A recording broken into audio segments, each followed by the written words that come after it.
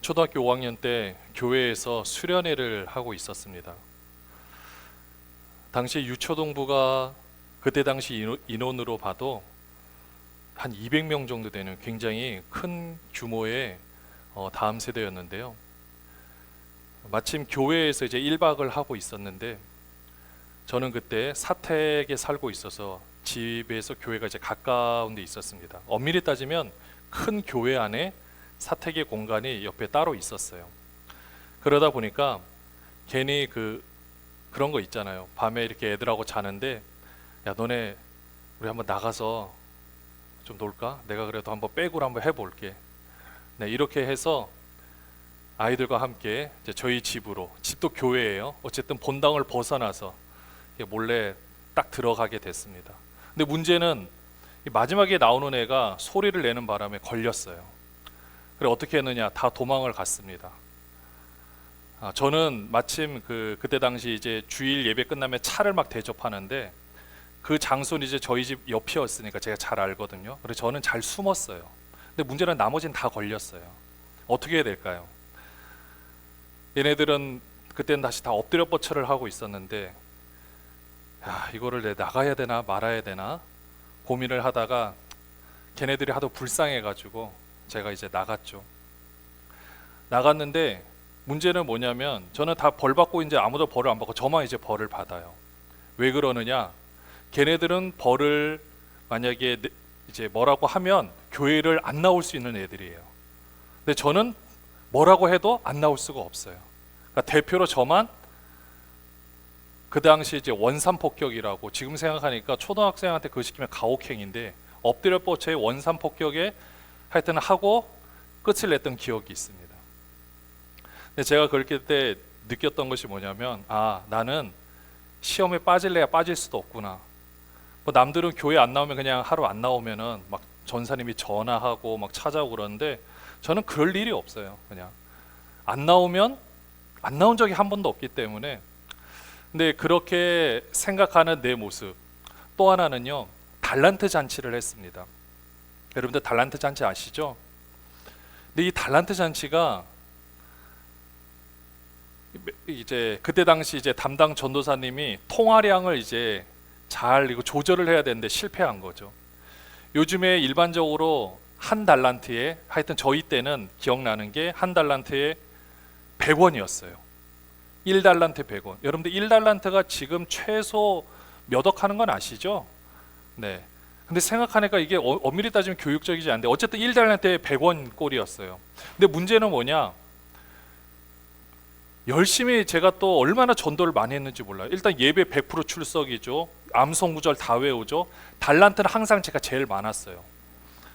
거의 뭐 수백 달란트를 가지고 있는데 또 한 번은 전도를 하는데 제가 열 몇 명, 전도 왕은 못 되고 두 번째로 해서 어마어마한 달란트를 받아서 걔네도 또 전도 당에서 오는 애들도 달란트를 다 줬거든요. 그래 가가지고 달란트 이제 이거를 물건을 사는데 문제는 뭐냐면 공산품은 상관이 없어요. 근데 그때도 달란트가 분명히 이게 4,000원짜리 물건이면 몇 달란트예요? 이게 40달란트로 살 수 있어야 되는데 갑자기 달란트가 80달란트가 된 거예요. 왜냐? 애들이 너무 많이 왔어. 그러니까 달란트는 모자라. 물건은 한계가 있어서 그걸 나눠줘야 되는 거예요. 근데 그것까지는 그렇다 쳐요. 그 다음에는 떡볶이를 먹는데 제가 가면 떡볶이 양이 어때요? 현저히 조금밖에 안 주는 거예요. 왜냐? 저는 시험에 들지 않으니까. 때로는 이렇게 공평하지 않는 것을 제가 목회자의 아들로서 경험할 때가 있었습니다. 모르겠어요. 지금 우리 자녀들은 그것을 경험하고 있는지 모르겠는데 여러분들은 어떠십니까? 여러분들의 삶 가운데 삶이 공평하지 않다고 생각할 때가 있습니까? 우리 다음 세대들도 있나요? 삶이 공평하지 않다고 생각할 때 제일 억울할 때가 언제죠? 같이 떠들었는데 나만 혼날 때 억울하죠. 분명히 다 같이 떠들었는데 항상 저는 동작이 크다는 이유로 항상 눈에 띄었어요. 어떻게 보면 이것이 우리한테 억울한 일이라고 생각할 수도 있고 내 삶 가운데서는 공평하지 않다라고 바라볼 수도 있습니다. 당시 이스라엘 상황에 보면은 이런 속담이 있었어요. 아버지가 신포도를 먹으면 그 아들의 이가 시다. 뭐예요? 연관이 있다라는 거죠. 이게 속담이었어요. 속담이 있었다라는 것은 그 당시에 그런 생각이 팽배해 있었고 모든 사람들이 그렇게 생각하고 있었던 거예요. 오늘 본문 에스겔 18장 2절에 보시면은요. 오늘 본문은 아니고 그 앞에 9절에 보시면은 지금 속담에 대해서 말씀을 하고 있어요. 뭐라고 적혀 있죠? 너희가 이스라엘 땅에 관한 속담에 이르기를 아버지가 신포도를 먹었으므로 그 아이들의 이가 시다고 하면 어찌 됨이냐. 자, 어찌 됨이냐라고 말하고 있는 거죠. 그러니까 그 당시 어떤 상황이었냐면 지금 에스겔이 쓰여지고 있는 상황이 언제예요? 포로 시대죠. 삶이 어때요? 힘들어요. 그러면 그들이 눈을 떠보니까 태어나 보니까 포로가 됐어요. 그러면은 갓 태어난 아이들이 포로 될 만한 잘못을 했습니까? 아니잖아요. 누가 잘못했죠?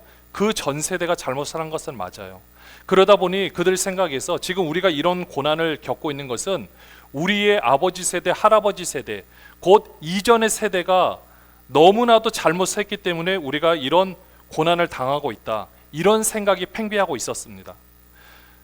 그러니까 우리가 억울하다는 거예요. 우리는 너무나도 지금 삶이 힘든데 당신들 때문에 그랬다라는 이 생각이 그들을 지배하고 있었습니다.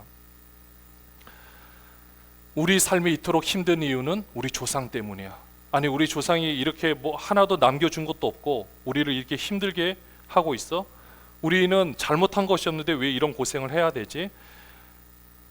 이게 가득한 상황에서 오늘 하나님께서는 에스겔을 통해서 먼저 결론적으로 딱 말씀하여 주십니다. 에스겔 18장 4절 말씀에 보면 같이 한번 보실까요? 모든 영혼이 다 내게 속한지라 아버지의 영혼이 내게 속함 같이 그의 아들의 영혼도 내게 속하였나니 범죄하는 그 영혼은 죽으리라. 모든 영혼이 뭐라 그랬어요? 다 내게 속했다라고 했어요. 아버지의 영혼이 내게 속함 같이 그의 아들의 영혼도 내게 속하였다. 이 말 뜻은 뭐예요? 모든 영혼이 개별적으로 하나님과 관계를 맺고 있다라는 겁니다. 이미 답으로 우리에게 주셨던 거예요. 그러니까 하나님께서는요, 그러면 이렇게 말씀을 하시는데 그러면 정말 사람을 공평하게 다루시는가? 한번 보시면 에스겔 18장 24절에 보시면은요, 더 충격적인 말씀을 하세요. 뭐라고 되어 있냐면은요, 만일 의인이 돌이켜 그 공의에서 떠나 범죄하고 악인이 행하는 모든 가증한 일들을 행하면 살겠느냐? 그가 행한 공의로운 일은 하나도 기억함이 되지 아니하리니 그가 그 범한 허물과 그 지은 죄로 죽으리라. 의인이요, 아무리 의인으로서 고귀한 삶을 살아냈다 할지라도 마지막에 의인이 아니라 악인으로서 행동을 하게 되면 의인 때 해왔던 행동을 하나도 기억함이 없으리라. 굉장히 무서운 말씀이죠. 그러니까 이렇게 본다라면 오히려 지금의 그 삶을 하나님께서는 바라보고 계신다, 이렇게 결론 내릴 수가 있는 겁니다. 또 27절에 보시면은요, 이렇게 말씀을 하고 있습니다. 악인이 그 행한 악을 떠나 정의와 공의를 행하면 그 영혼을 보전하리라. 자, 여러분들 한번 보십시오. 지금 이 말씀을 봤을 때 하나님은 공평하다라는 생각이 드십니까? 지금 우리가 의인으로서 내가 이제까지 삶을 살아왔어요. 여러분들은 의인이라고 가정을 해볼게요. 내가 열심히 신앙생활 해왔어요. 정말 최선을 다해서 삶을 살아왔어요. 내가 모든 것을 다 했어요.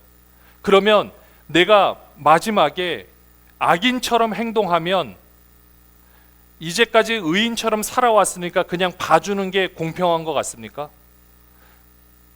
잘 생각해 보면은요, 우리는 하나님이 공평하지 않다라고 생각하고, 근데 직접 우리가 하나님이 공평하지 않다라고 생각하기는 좀 어려우니까 어떻게 얘기를 하죠?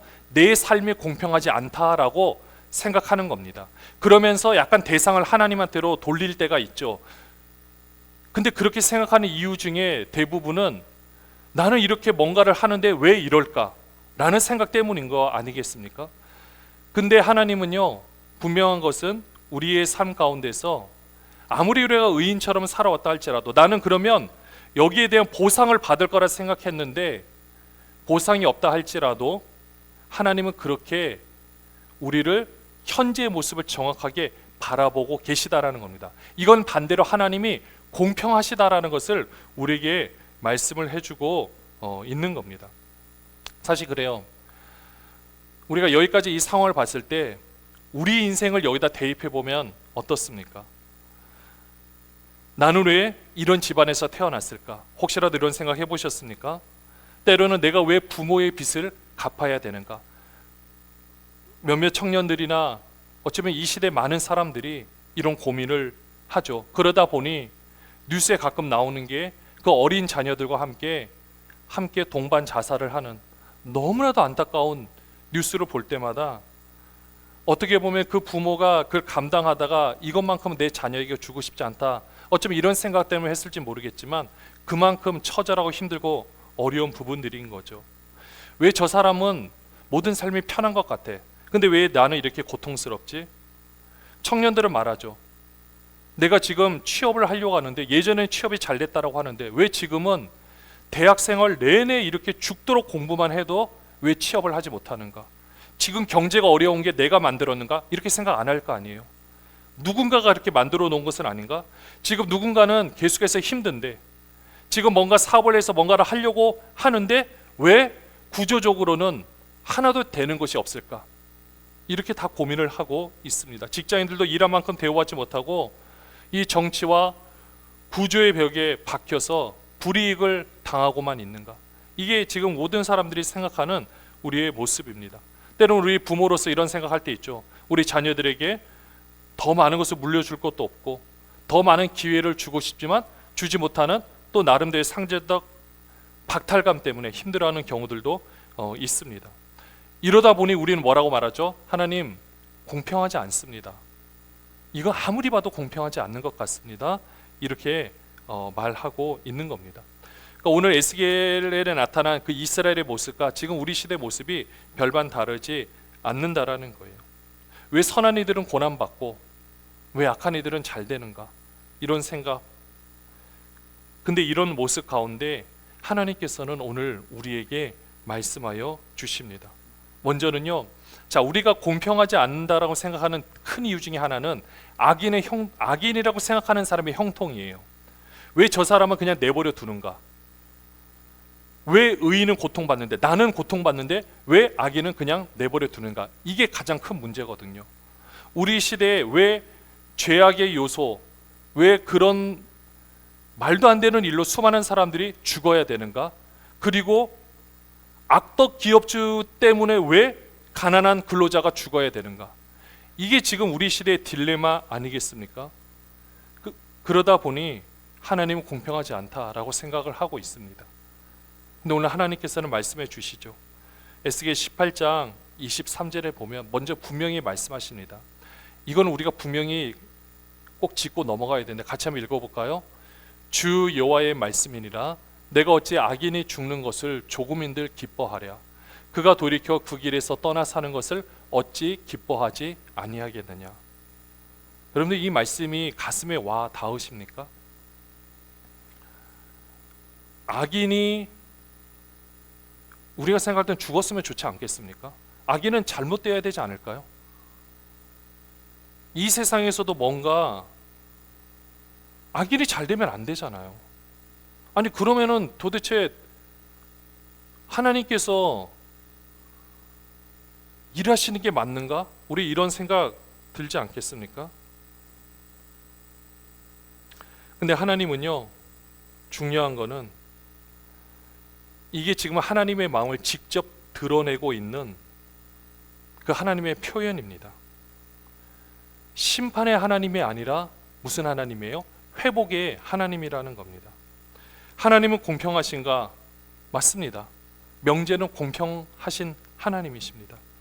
그런데 그 공평한 하나님이 우리가 생각하는 기계적 균형을 말하는 게 아니에요.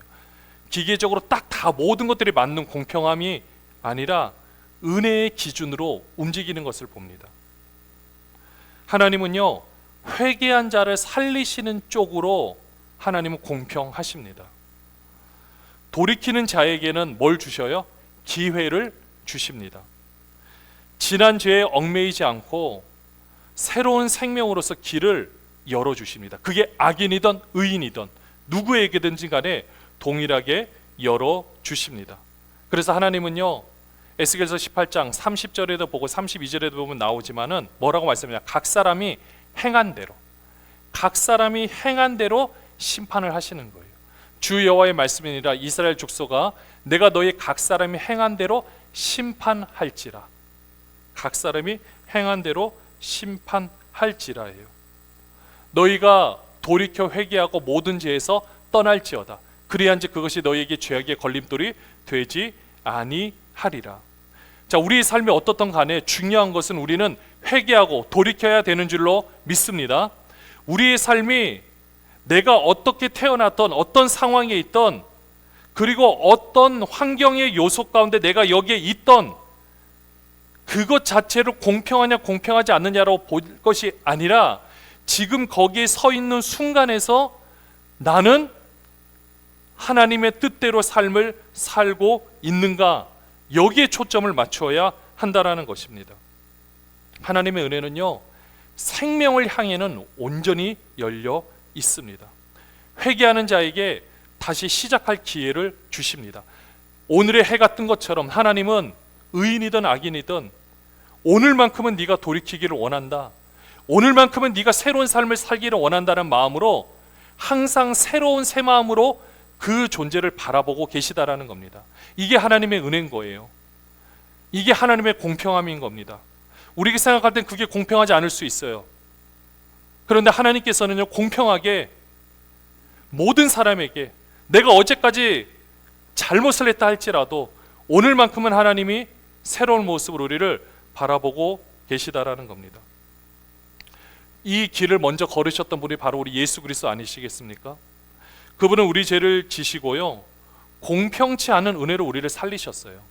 여러분들이 하나님이 공평하시다라고 생각하는 명제로 우리가 생각하는 공평함으로 하나님을 바라본다면 우리가 구원함을 받을 수 있는 존재가 과연 얼마나 되겠습니까? 우리가 살아왔던 방식, 우리의 생각, 사고 방식, 남들에게는 보이지 않을지 모르겠지만 내가 알고 있는 나의 죄성으로 본다라면, 그 하나님의 공평치 않은 모습으로 본다면, 공의로만 본다면 우리가 어떻게 구원함을 받을 수 있겠습니까? 하나님은 그래서 그 아들 예수 그리스도를 통해서 우리에게 놀라운 은혜를 베풀어 주셨습니다. 이제는 그러면 우리는 어떻게 삶을 살아가야 될 것인가? 하나님은 오늘도 우리에게 말씀하여 주시는데요, 뭐라고 말씀하십니까? 후반절 같이 읽어볼까요? 너희는 돌이켜 회개하고 모든 죄에서 어떻게 한다? 떠날지어다. 모든 죄에서 떠날지어다. 이게 중요해요. 떠날지어다는요, 내가 그 공간에서 벗어나는 걸 말하는 겁니다. 떠날지어다. 이게 회개인데요, 왜 회개라는 것이 내가 관역판을 잘못 맞춘 거를 다시금 똑바로 관역판을 정조준하고 잘못된 것을 돌이켜서 그쪽으로 나아가는 것을 말하는 거거든요. 회개는 방향을 돌이키는 겁니다. 방향을 돌이켜서 어떻게 되느냐? 떠나는 걸 말하고 있는 거예요. 정적인 것이 아니라 동적인 겁니다. 회개는 내가 예수 그리스도, 내가 죄송합니다 하나님 한테 끝나는 것이 아니라 그래 죄송한 이유 때문에 이제는 내가 새로운 삶을 살기로 그 방향을 향해 걸어가는 겁니다. 이게 바로 떠나는 거예요. 하나님은요, 지금 우리 시대를 봤을 때 구조적 불의, 때로 우리 가정에서 받았던 상처, 개인의 고통, 여러 가지 모양들이 있다 할지라도 하나님은 중요한 것은 오늘 새로운 출발을 준비하고 계십니다.